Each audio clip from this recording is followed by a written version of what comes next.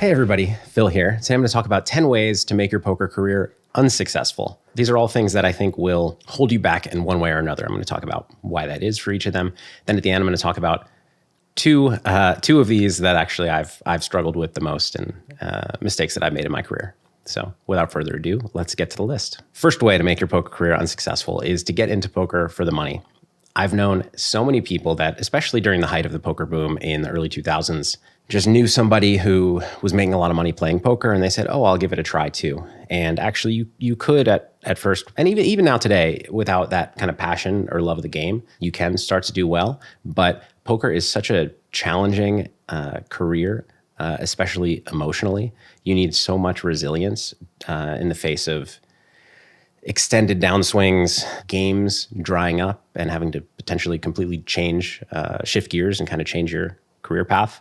People who got into it because they saw it as an easy way to make money, who didn't really love the game, almost all of them, or basically every single one I can think of, burnt out and didn't make it. Number 2, build the foundation of your game by memorizing strategies. Especially today in 2022 and soon to be 2023, solvers can tell you how to play any given spot.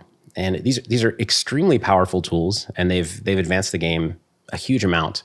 But the way to learn from them is not simply to memorize strategies. If you're playing hyper turbo sit and goes where you're mostly like 10 big blind stack, then sure, just try to memorize push fold ranges, pre-flop, and open ranges, because there's not much play after then. But there are so many ways in which a hand can play out and so many ways in which a board can run out that it's impossible for any human that I've ever met to memorize enough of a strategy to execute it competently. What'll happen is if you're just trying to memorize a solver strategy, you're going to play very well pre-flop, you're going to play reasonably well on the flop, and then it's all going to fall apart on the turn and river. When you're studying with these tools, you have to try to figure out what the solver is thinking. And thinking should be in air quotes, actually, because it doesn't think. The solver, the way that it learns how to play is actually brute forces and figures out what's the highest EV strategy. It doesn't really understand why. It doesn't understand pot odds. But you have to kind of apply a human thought process to the outputs that you're seeing, because that way you can reference that thought process in game, and it can kind of shape your human thought process, which has the ability to adapt to a number of situations without memorization. Whereas, if you were to plug in a bot based on solver outputs, it can handle every situation because it's actually memorized how to play every situation. It solved them, and then it references that, but it doesn't think through hands in the same way that a human can. In other words, you're a human, I think. Try to learn and play like a human. Don't try to learn and play like a bot. Number 3, base your confidence on recent results. This is a common one we all probably have suffered from at some point in our career a little bit. It's very easy to fall into the trap of, I've won several sessions in a row. I'm a god. I'm playing great. I have a huge edge in this game. And then on the flip side, you lose for a month straight and you're like, I don't think I can win anymore. I need to start changing up my strategy. I need to try a whole bunch of new things. Essentially, don't be results oriented. We all know as poker players that a huge part of our day-to-day results are going to be based on variance, on luck. Yes, over the course of a year, 2 years, 3 years, kind of skill is going to overpower the luck. The long run will get there, and your true results or your true expected value will start to show. Your results will regress to the mean, in other words. But in the short term, it's just going to be all over the place. That's how it is. And if you let that affect you too much, it's going to throw you off track all the time. Number 4, only learn by yourself. The fastest way to learn in poker, and probably in almost anything, is to collaborate with other people. I remember my first summer in Las Vegas. So I had played semi-professionally online for probably 2 years. I was participating in forums and learning that way. I was reading books. When I came to Vegas during the summer, I stayed in a house with 5 other guys. It was the first time I'd ever watched somebody play poker. And when you watch somebody else play, or you even see hands from other people, you get to say, oh, why did you do that? Like, I never even thought to make a play like that. Not only being able to kind of be exposed to different ways to play, different lines of thinking, but then having that feedback to work together, it just accelerates growth so much. However you can get into a study group or make poker friends, I highly encourage you to do it. Or if you want to be unsuccessful, I highly encourage you not to. Number 5, know that if you won the pot, you played it right. This is another version of being results oriented, but essentially so many players will review hands that they've lost after a session. They'll look at them with a critical eye because really it's an emotional thing. You think, oh, I lost this hand. I lost a lot of money this hand. I feel bad about it. I want to go check to see if I played it right. And if I feel like I played it right based on a solver or based on something else, then I'll feel better about it. But when you won a hand, you don't need that kind of emotional Band-Aid. So you just kind of let it go and you think, well, I won the hand. So you can learn a lot from the hands that you won as well as the hands you lost. You can make a lot of mistakes in hands that you've won. And so ignoring them is really ignoring, half of your data.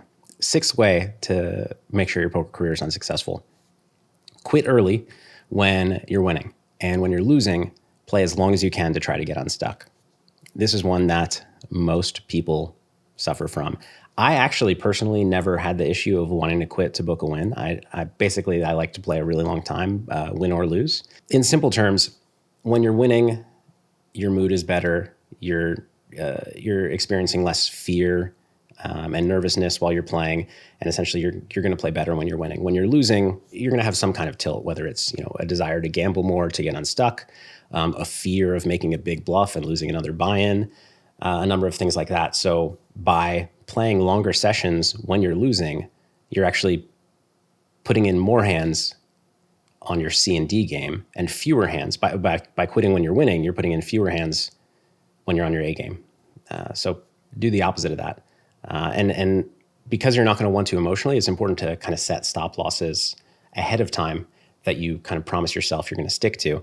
That way you don't have to make that decision in game when your mental state is compromised. Number 7, realize that when you see somebody else make a mistake, you're better than them. This is huge for several reasons. When people see other players make mistakes, it makes them overconfident, both against that individual player and in general.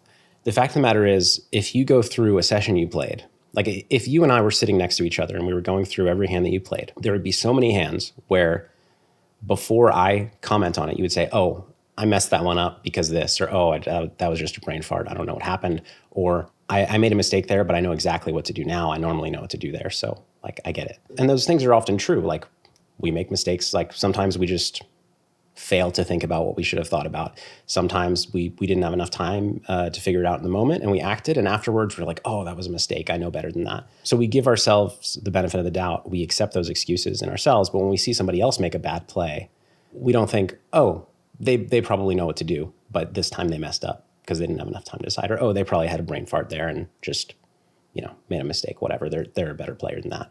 We see a mistake and we think, oh, they think that's a good play. We're better than them.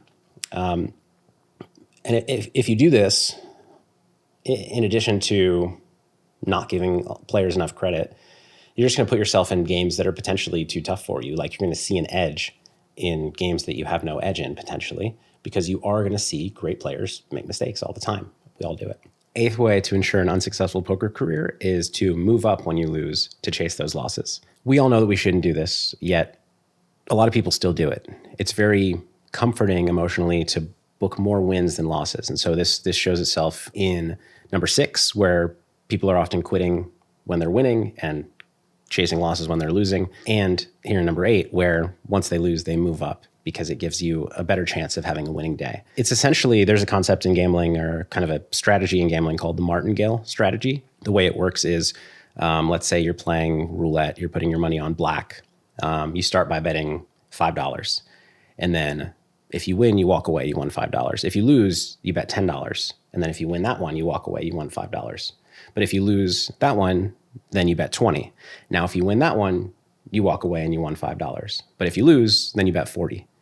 And so on and so forth until you reach the maximum amount of money you're willing to bet. A lot of people think that because you're almost always going to walk away a winner, that's a winning strategy. But the fact of the matter is, each individual bet on roulette is a losing bet. And compounding them with a betting strategy doesn't actually turn them into winning bets. What's actually going to happen is, depending on your bankroll, you're allowing for the martingale strategy. Maybe 98% of the time, you're going to walk away a winner.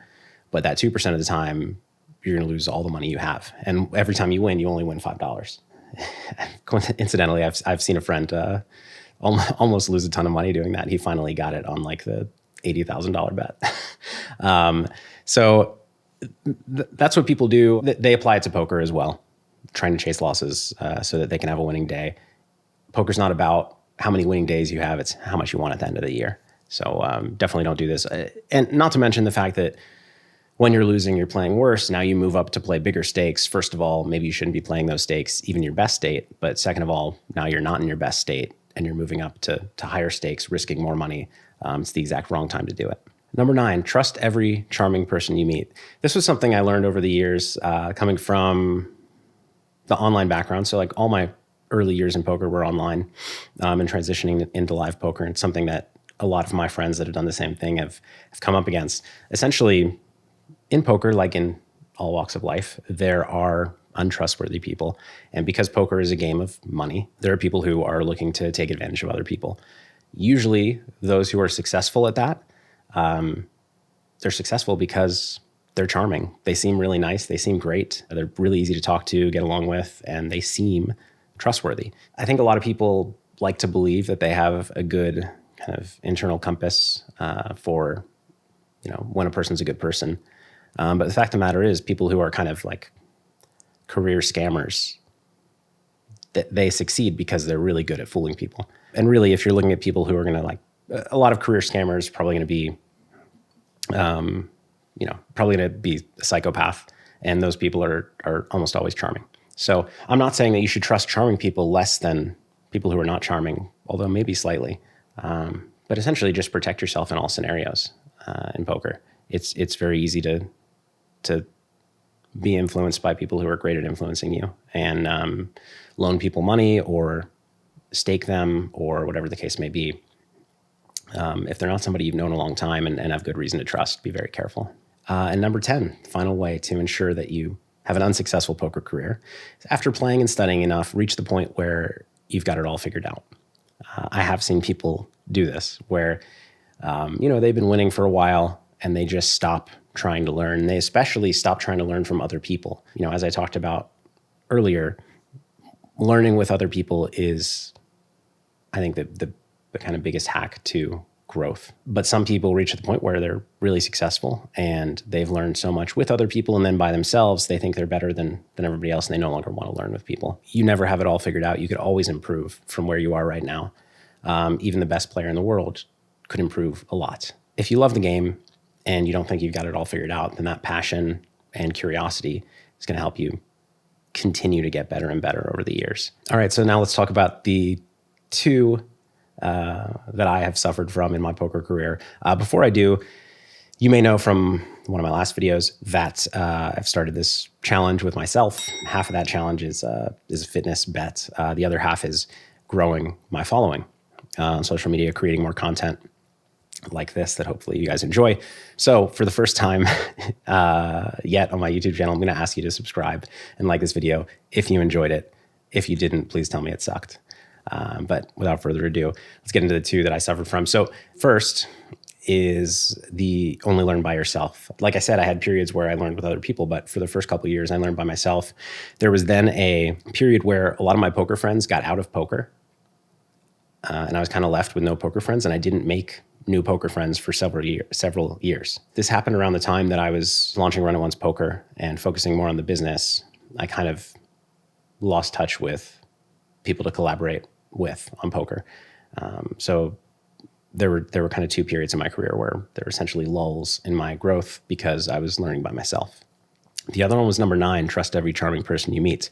I'm not ashamed to admit that I have given out some bad loans, invested in some players that I shouldn't have, and then have gotten taken advantage of. So it's been a while. I think I've learned my lesson after the first couple times, but it's something that I've suffered from, and a lot of my friends have as well. So I hope you found these helpful. If any of these resonated with you and there's something you need to change, go ahead and change them. And I'll see you in the next video.